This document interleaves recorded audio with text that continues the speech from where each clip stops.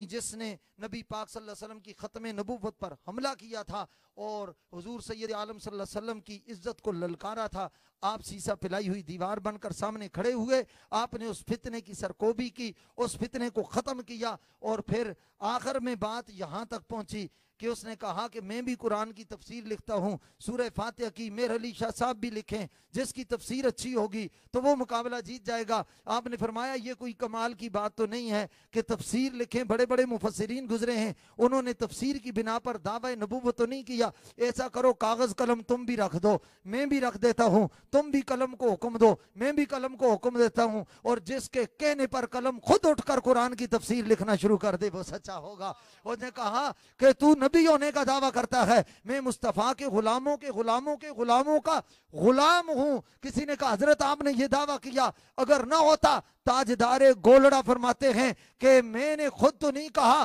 اس وقت سید عالم صلی اللہ علیہ وسلم کی آواز میں نے کانوں میں سنی، آپ نے فرمایا میرے بیٹے میرے علی، آج میری عزت کے لیے، میری ختم نبوت کے لیے جو تو اعلان کرے گا رب میرے صدقے اس کو پورا فرما دے گا۔ اے دیدہ حق بھی دیکھ ذرا کیا لم یزلی کے جلوے ہیں، اے دیدہ حق بھی دیکھ ذرا کیا لم یزلی کے جلوے ہیں، در پردہ سید مہر علی سرکار علی کے جلوے ہیں۔